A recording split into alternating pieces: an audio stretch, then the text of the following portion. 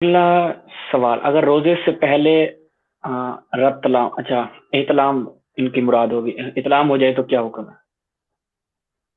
اگر روزے کے دوران احتلام ہو جاتا ہے، یعنی روزہ رکھا ہوا ہے، پھر تو اس سے روزہ باطل نہیں ہوتا۔ اگر جو ہے وہ صبح جو ہے وہ سحری کے ٹائم پہ اٹھا اور اسے احتلام ہو گیا تھا، پھر واجب ہے کہ انسان جو ہے وہ غسل کرے، اور یہ جو غسل کرنا ہوتا ہے یہ فجر کی نماز سے پہلے پہلے ہوتا ہے، یعنی روزہ جیسے بند نہیں کرتے تو روزہ بند کرنے کے ٹائم سے پہلے پہلے غسل کرنا کیا ہوتا ہے، واجب ہوتا ہے۔ یعنی بہت سارے واٹس ایپ پہ نوجوانوں کے سوال آئے ہوئے تھے کہ جی ہمیں شرم آتی ہے غسل کرنے میں، اگر ہم غسل کریں گے تو گھر والے کیا سوچیں گے، کیا نہیں سوچیں گے، وہ غسل نہیں کرتے اس بنیاد پہ۔ یہ جو شرم ہے یہ وجہ نہیں بنتی کہ جو ہے وہ آپ کے اوپر یہ چیز معاف ہو جائے، ٹھیک ہے۔ یعنی دین کو ہمیں اہمیت دینی چاہیے، دین کا مسئلہ ہے تو دین کے مسئلے میں ہمیں شرم نہیں کرنی چاہیے۔ ایک طرف شریعت کی طرف سے ہمارے اوپر ایک چیز واجب ہے، ہم نے غسل کرنا ہے، تو غسل ہر نوجوان کرے، اس میں کیا کیا شرم کی بات ہے؟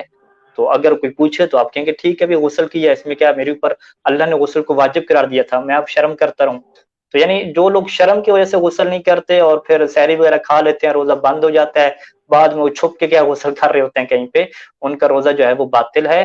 اور صحیح سیسانی کے مطابق قربت مطلقہ کی نیت سے اس روزے کو مکمل کریں گے، اور بعد میں قربت مطلقہ کی نیت سے ایک روزہ اور بھی کیا اس کے بدلے میں رکھیں گے، اور چونکہ جان بوجھ کے انہوں نے ایسا کیا ہے تو اس کے بدلے میں کفارہ بھی آئے گا۔